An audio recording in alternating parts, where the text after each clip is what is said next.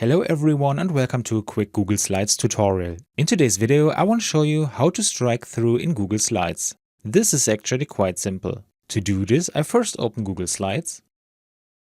And we want to edit this text now because I'm really excited, of course.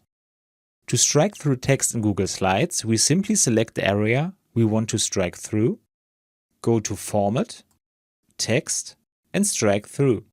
In addition to this way, we also find the shortcut Alt-Shift-5.